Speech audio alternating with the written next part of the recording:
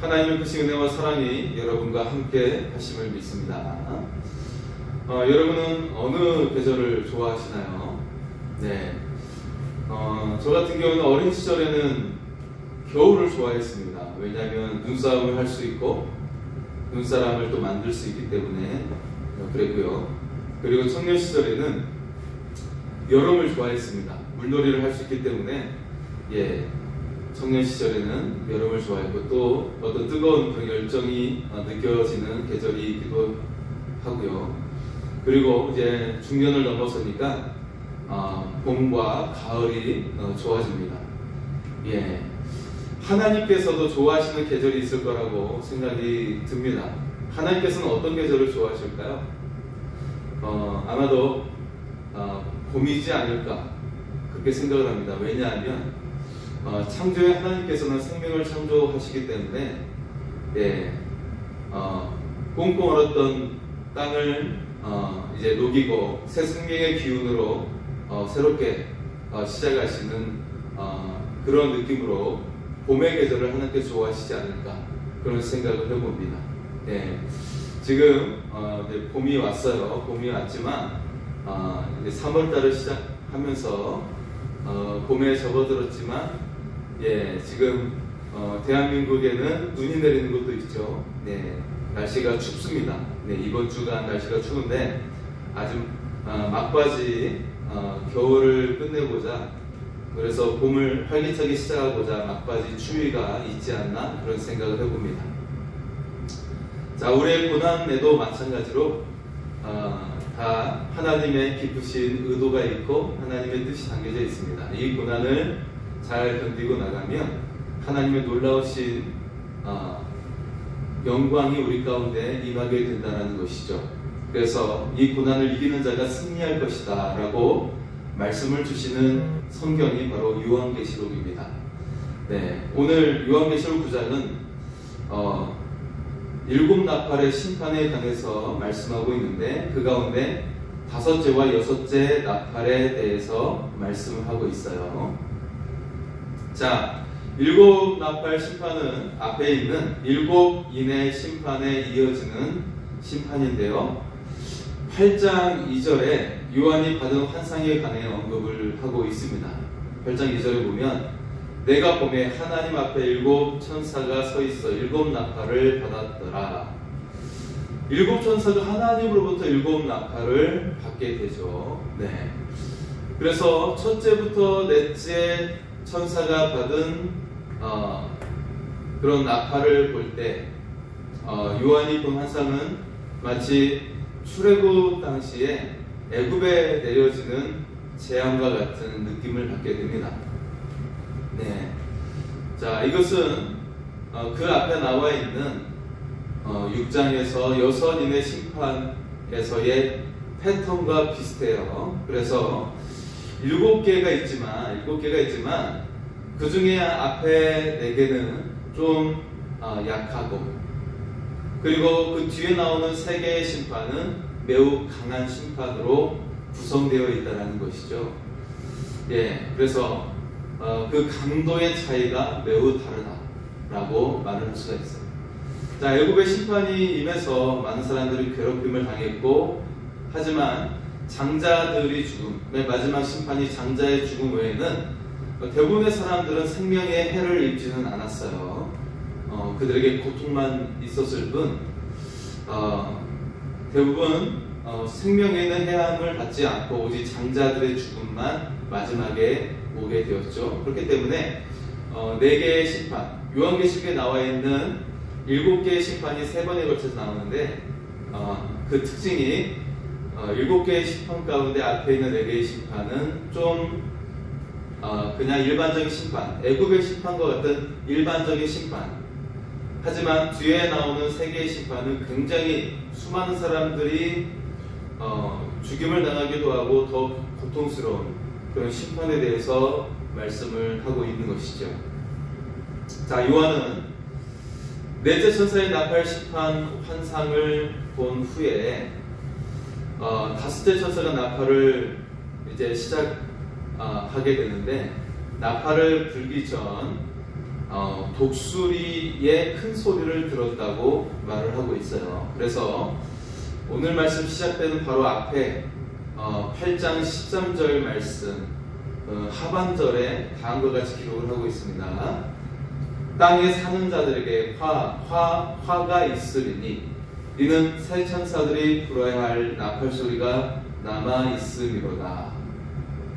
자, 이처럼 이제 4개의 나팔이 끝나고 나서 이제 5, 6, 7째 나팔이 시작되기 전, 마지막 3개의 나팔이 시작되기 전에 독수리가 큰 소리로 외치고 있다라는 거예요. 바로 화가 있으리니.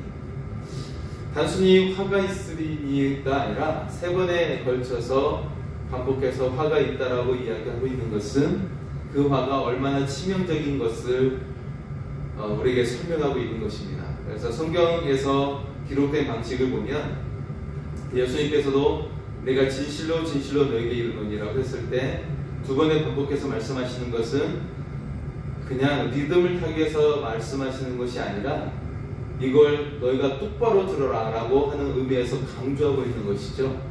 마찬가지로 3번에 걸쳐서 말씀하고 있을 때도 계시는데 바로 이와 같이 요한계시록에서 말씀과 같이 이것이 얼마나 엄청난 것인지를 강조하고 있는 것입니다. 그래서 독수리 환상이 있기 전 4개의 나팔 환상은 이후에 나오는 3개의 나팔 환상, 그것과 이제 전혀 다른 양상으로 펼쳐지게 된다. 그래서 4개 앞에 있는 4개의 환상과 비교했을 때 뒤에 나오는 3개의 환상은 아주 극심한 심판이 시작된다라는 의미를 담고 있습니다. 그래서 화가 있으리로다 라고 강조하고 있는 것이죠. 자, 그래서 12절에 보면 5째 나팔 이유를 이렇게 말씀을 하고 있어요. 12절에 첫째 화는 지나갔으나 보라 아직도 이후에 화 둘이 있으리로다. 이와 같이 7 나팔 뒤에 3개의 심판은 뒤에 나오는 3개의 심판은 앞부분 4개보다 더 강한 심판인 것을 말씀해주고 있습니다. 자, 1절 말씀을 보면요. 1절 5째 천사가 나팔을 불매 내가 보니 하늘에서 땅에 떨어진 별 하나가 있는데 그가 무저갱의 열쇠를 받았더라. 자, 하늘에서 떨어진 별 하나는 하나님의 권위로 심판을 수행하는 천사들을 가리키고 있어요. 그래서 심판을 명령을 따라 수행하는 천사들, 하나님의 명령으로 심판을 수행하는 천사들이죠. 자, 그리고 무저갱은 문자적인 뜻에는 바닥이 없는 구덩이를 뜻하고 있습니다. 아마 로마 시대에도 아마 그런 감옥이 있을지 모르겠는데요. 끝없는 구덩이로 되어 있는, 끝이 보이지 않는 구덩이의 문자적인 그런 의미로서 무저갱이 쓰이고 있는데요.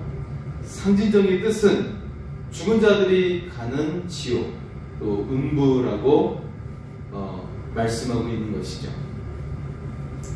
그래서 계시록에서 말씀하고 있는 것은 최후의 심판 이후에 사탄 루시퍼와 더불어서 하나님을 믿지 않는 자들이 이 무저갱에 들어간다라고 말씀을 하고 있어요. 자, 무저갱과 동일한 단어를 사용하는 것이 요한계시록을 제외하고 신약성경 2곳에 등장을 합니다. 하나는 누가복음 8장 31절에 예수께서 거라사인 지방에 들어가실 때 귀신 들린 사람이 그 속에 있는 귀신이 예수님께 요청을 하죠. 자신이 무저갱으로 들어가게 하지 말도록 강구를 합니다. 그러니까 얼마나 사탄이나 귀신들, 악한 영들이 이 무저갱에 들어가는 것을 두려워하는지를 볼 수가 있어요. 자, 또 한 곳은 로마서 10장 7절에 사도 바울의 언급을 하고 있어요. 이 구절을 보면 무저갱으로 내려가겠느냐라고 표현을 합니다. 이는 무저갱은 위가 아니라 아래에 있는 곳임을 나타내고 있는 것이죠. 천국은 위에 있고 주님께서 계시는 곳인 반면에 자, 상대적으로 아래에 있는 무적행은 좋지 못한 어두운 곳임을 알 수가 있어요. 네, 끝없는 그냥 험한한 곳, 공허한 곳이 아니라 끝없는 고통의 곳임을 나타내고 있는 것이죠. 자, 2절에 천사가 열쇠로 무적행을 열었더니 연기가 올라왔다고 말하고 있어요. 즉 무적행은 아래에 있는 곳임을 나타내고 있고, 자, 거기서 연기가 나왔다는 것은 그 속에 큰 심판들, 고통의 그런 현상들이 그 속에 있음을 말씀하고 있죠. 자, 그 구멍의 연기로 말미암아 어둠이 왔습니다. 이 어둠은 심판을 상징적으로 보여주고 있어요. 어둠 가운데 무적행으로부터 나타나고 있는 것이 있는데, 그것은 바로 황충이다라고 말합니다. 자, 황충은 메뚜기과인데, 메뚜기과의 특징은 떼를 지어 다니며 곡식과 식물에 해를 끼치고 있는 것이죠.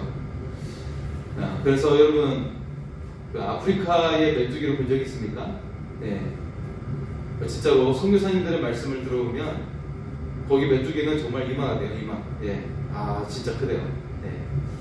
실제로 여러분, 이제 박물관 중에 어떤 이제 곤충 박물관 거기를 가보면 메뚜기의 종류에 대해서 이렇게 전시를 해놨는데, 예, 메뚜기과에 해당하는 것 중에 정말 팔뚝만한 것이 있어요. 네, 엄청나게 크죠. 자, 그래서 이거는 그냥 팔다리만 긴 것도 있고 날개만 긴 것도 있는데 몸뚱아리가 큰 것도 있죠. 네.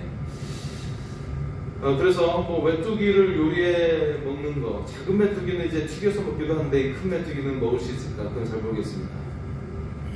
자, 이 황충은 그 메뚜기과 중에 이제 큰 것이죠.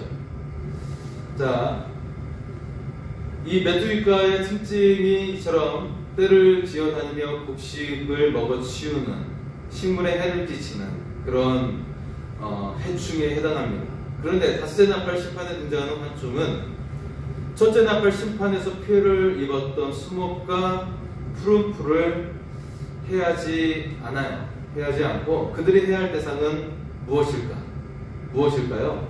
4절의 말씀입니다.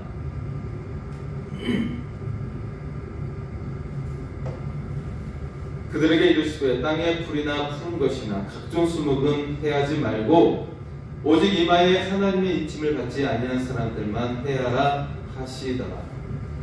자, 황충이 해야 할 대상은 머리에 구원의 인침을 받지 않은 사람들, 다시 말해서 예수 그리스도를 믿지 않은 사람들이라고 말씀하고 있어요. 네. 자, 안타까운 그런 말씀이죠. 결국에는 하나님께서는 모든 믿지 않는 자들을 심판하신다라는 것입니다. 자, 그들은 요한계시록 7장에 언급되고 있는 인침을 받은 하나님의 종들과는 반대되는 대조적인 그런 사람들이죠. 그리고 요한계시록 13장에 16절, 17절에 등장하고 있는 이제 말씀이 있는데, 그들은 이마에 짐승의 표를 받은 사람들입니다. 네, 짐승의 표를 받은 사람들이라는 것이죠. 황충에다가 그들을 죽이지는 못하도록 명령을 받았고요. 그리고 그들의 기간이 5개월이라고 소개하고 있어요. 5개월은 황충의 수명과도 비슷한 기간입니다. 메뚜기도 한철이다라는 말이 있듯이 황충도 그 심판이 오래지 않다라는 것이죠. 심판의 대상들이 죽지 않을 정도로만 괴로움을 주게 됩니다. 하지만 죽지 않는다고 해서 그 고통이 약하다라는 말이 아니에요. 5절 말씀을 보면 그 괴롭게 함은 정갈이 사람을 쏠 때의 괴롭게 함과 같다고 표현합니다. 여러분, 혹시 코로나를 걸려본 사람들이 계시겠지만 사람에 따라 증상이 강하거나 약한 정도가 다를 수는 있어요. 하지만 어떤 사람들 정말 뼈가 부서질 정도로 아프다라고 말을 하는 사람도 있죠. 네. 물론 약하게 온 사람도 있어요. 감기처럼. 근데 정말 이 정갈에 쏘이면 뼈 마디마디 근육 조직이 막 갈라지는 그런 느낌으로 고통스럽다고 합니다. 이제 그 정도의 고통이 임하게 될 것이다 라고 말씀하고 있는 것이죠. 그리고 6절에는 사람들이 죽기를 구하여도 죽지 못할 것이라고 표현하고 있어요. 자, 이 의미는 죽고 싶어도 죽지 못하는 그런 괴로움으로써 마치 지옥을 연상케 하는 그런 고통을 말씀하고 있습니다. 자, 7절에서 10절까지는 황충의 모양을 묘사하고 있는데, 멀리서 보면 황충대 같고, 그런데 자세히 보면 전쟁을 위한 말들 같고, 사람 얼굴을 하고 있고, 여자의 머리털을 가지고 있고, 사자의 이빨 같고, 또 철호신경이 있고, 정가 같은 꼬리와 쏘는 살이 있다라고 말씀을 하고 있죠. 네.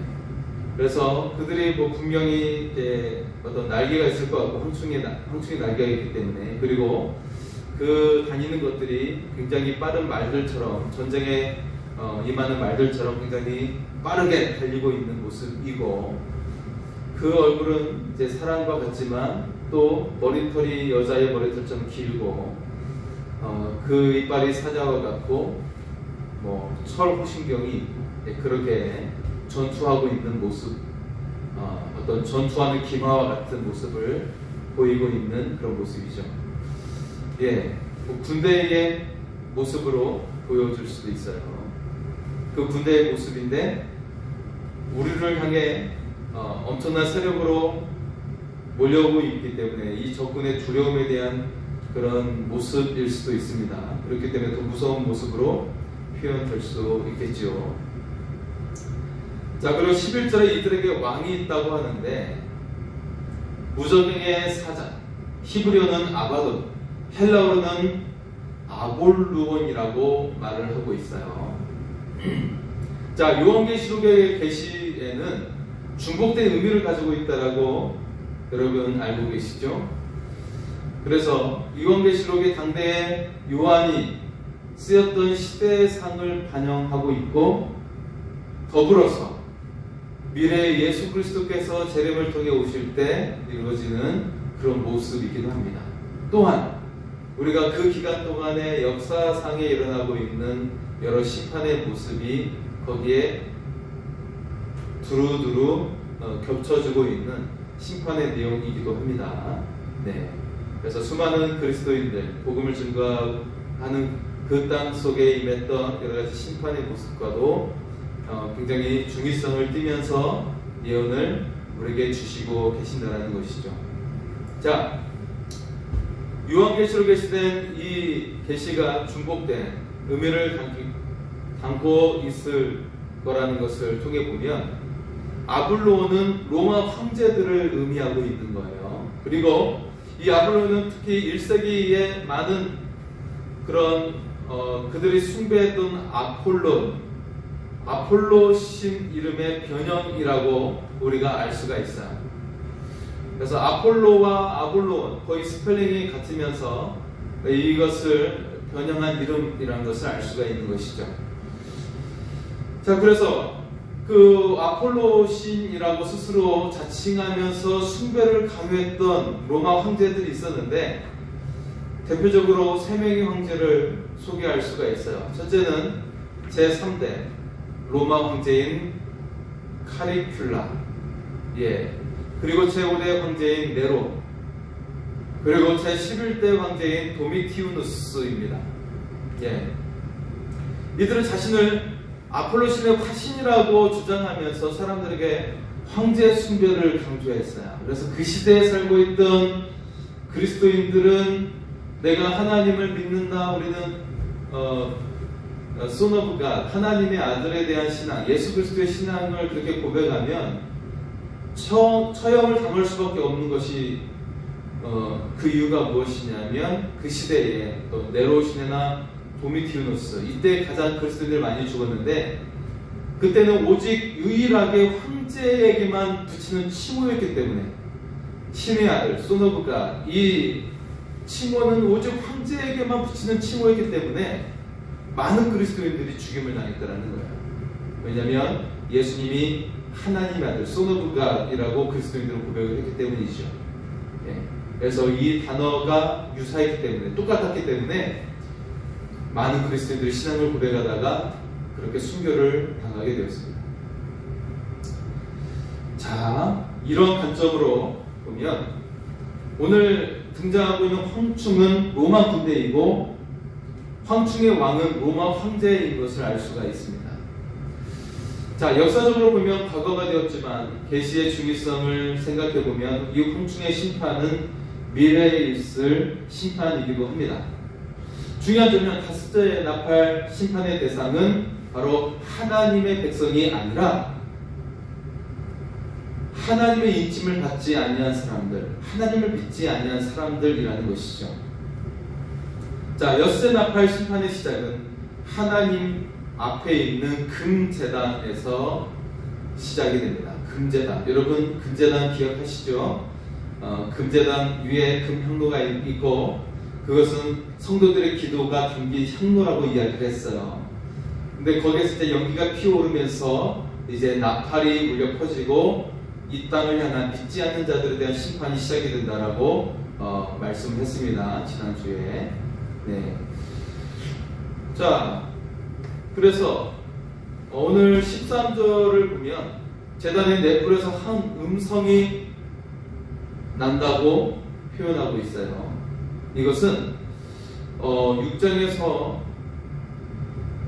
등장하고 있는 제단 아래에서 순교를 당한 사람들의 호소를 담고 있는 그런 것이기도 하고요. 그리고 8장 3절에서 5절에 또 제단이 등장하는데 거기에서 보면 이 땅에서 구원을 말하는 성도들의 기도에 응답하시는 하나님의 심판이라고 이해할 수 있습니다. 자, 내 천사들이 성도들을 박해했던 자들을 심판하고 있지만 정확히는 그 년과 월과 일과 시는 언급되고 있지 않습니다. 15절을 보면 내 천사들은 사람의 3분의 1을 죽이기로 준비된 사람들이에요. 그 수는 16절에 마병의 수가 2만만이라고 말을 하고 있습니다. 네. 우리가 성경을 읽으면서 이런 이제 숫자가 등장하면 이게 무슨 표현이야라고 생각하실지 모르겠는데 2만만이라고 하는 것은 2만 곱하기 만이에요. 그래서 이걸 곱하면 2억입니다. 그래서 2억이라는 그런 수치 단위가 없기 때문에 2만만이라고 표현하고 있는 거예요. 2만 곱하기 만 2억입니다. 상징적으로 본다면 무수히 많은 군사의 수를 말씀하고 있는 것이죠. 예. 여러분, 요한계시록에 쓰여지는 당시에 2억이라는 숫자는 상상할 수 없는, 표현할 수 없는 숫자였어요. 왜냐하면 그런 숫자는 사람 인구에 대해서 전혀 없었기 때문에 그 당시에 뭐 세계 인구를 통틀어도 2억이 되지 않기 때문에 이런 숫자는 상상할 수 없는 숫자이죠. 그래서 따라서 이것은 무수히 많은 군사의 수를 말하고 있는 것입니다. 아변대의 외형적인 모습은 11절에 묘사하고 있는데 곧 말의 입에서 나오는 불과 연기와 유황, 이 세 가지 재앙이라고 말하고 있습니다. 네, 불과 연기와 유황. 여러분, 지난해 연말에 LA에 큰 산불이 나서 수많은 집들이 불타게 되었죠. 네, 그 불이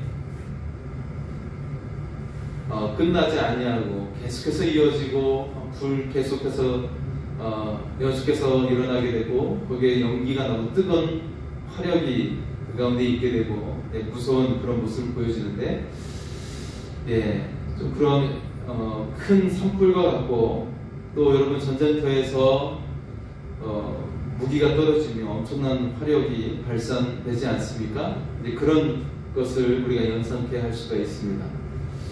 자, 이 세 가지 재앙으로 인해 사람의 3분의 1이 죽임을 당했다라고 말씀하고 있어요. 네. 내 천사들은 하나님의 심판을 수행하는 자들이고요. 내 천사들이 온 곳은 큰 강 유브라데입니다. 오늘날 이라크 영토에 있는 이 유브라데 강은 티그리스 강과 이제 만나게 되고, 그래서 유브라데과 티그리스 강은 이제 문명의 발단이 된 곳이기도 하지만 메소포디아 문명이 거기에서 일어난 그런 큰 강이죠. 사도 요한 시대에 유브라데강은 로마 제국 동쪽 경계였습니다. 동쪽의 경계였어요. 그래서 그 로마 군대가 당시에 요한계시록 쓰여진 당시에 수많은 그리스도인들을 죽였어요. 순교를 시켰습니다. 그런 상황 속에서 이 기독교인들을 박해하는 로마 군대가 심판을 당하게 되는데, 그것이 바로 동쪽으로부터 오게 된다는 것을 상징적으로 말씀해주고 있는 것이죠. 역사적으로 서로마는 동쪽에 있는 메데와 페르시아에 의해서 멸망을 당하게 됩니다. 자, 여기서 계시의 주기성을 생각해 보면 단회적인 심판이 아니라 미래에 있을 심판이기도 한 것이죠. 자, 여섯째 나팔 심판에서 생각해 볼 점이 있어요. 사람들이 3분의 1이 죽었음에도 불구하고 살아남은 사람들이 하나님을 경외하지 않는다는 것입니다. 심판을 당해도 그들은 오히려 우상을 더욱더 음란하게 찾고 있는 집착적인 그런 죄악을 행하고 있는 것을 보여주고 있어요. 자, 20절과 21절입니다. 이 재앙에 죽지 않고 남은 사람들은 손으로 행한 일을 회개하지 아니하고 오히려 여러 귀신과 또는 보거나 듣거나 다니거나 하지 못하는 금, 은, 돈과 목석의 우상에게 절하고 또 그 살인과 복술과 음행과 도둑질을 회개하지 아니하더라. 자, 이런 심판이 있음에도 불구하고 그들의 마음이 회개하며 하나님께로 돌이키는 것이 아니라 더욱 강팍하여져서 더욱더 그들이 우상에게 집착하고 매달리고 있는 모습을 보여주고 있습니다. 너무 안타까운 모습이죠. 그들이 행하는 길은 죽음의 길입니다. 하나님께서 마지막 때 인간을 구원하시기 위해서 예수 그리스도를 이 땅에 보내주셨습니다. 예수님께서 인간의 죄를 대속하기 위해서 친히 자신이 십자가에 달려 죽으심으로 인간의 구원을 완성해 주셨어요. 이제 그 죽으시고 부활하신 주님께서 재림의 주님으로 이 땅에 오시게 됩니다. 그 주님의 재림이 언제일지는 모르지만 그때가 마지막 때가 되는 것이죠. 주님이 다시 오시기 전까지 과거부터 지금까지 하나님께서는 이 땅에 다니는 심판의 형태로 회개의 길로 돌이키도록 그것을 인간에게 내려주셨습니다. 더 이상 우리가 반항하지 말고 주님께로 돌아와야 합니다. 예수 그리스도께서 원하시는 것은 심판이 아니라 구원이에요. 우리가 모두 구원받기를 원하시는 거예요. 그래서 주님께서 친히 십자가에 달려 죽으신 것입니다. 그날을 우리가 기념하며 지키는 절기가 사순절이고 오늘은 바로 사순절이 시작되는 성의 수요일입니다. 주님은 우리에게 재앙이 임하는 것을 원치 않으시고 하나님의 자녀가 되어 영생을 드리고 영광을 얻기를 원하고 계세요. 마치 부모가 자녀들이 지금 열심히 공부하고 일함으로 말미암아 그 미래가 행복해지기를 원하는 것처럼 하나님은 우리가 영원한 생명을 누리고 행복하기를 원하고 계신다는 것이죠. 예수님은 심판보다는 구원의 일을 행하시는 분이십니다. 사랑을 나누는 일을 행하시는 분이십니다. 예수님은 여전히 지금도 그 구원의 일에 심혈을 기울이고 계십니다. 한 사람이라도 구원하시기 위해서 주님은 찢기시고 상하시고 피를 흘리고 계신다는 것입니다. 이 일에 우리 주님을 믿는 그리스도인들이 같은 마음으로 영혼을 향한 뜨거운 마음을 가져야 되지 않겠습니까? 예수님 우리가 재앙으로 망하기를 원치 않으세요. 오히려 영원한 생명을 누리고 주님과 함께 하늘 보좌에 앉기를 원하고 계십니다. 이제 그 구원의 주님과 동행하시기 바랍니다.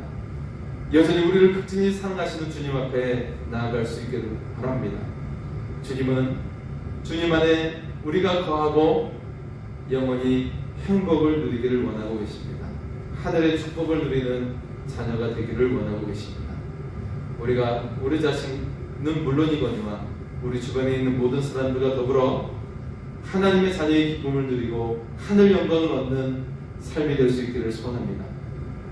이 사순절에 우리의 믿음이 더욱더 뜨거워지고 주님의 놀라운 역사가 일어나는 삶이 될 수 있기를 소원합니다. 우리 오직 주의 사랑이며 찬양하며 기도하겠습니다.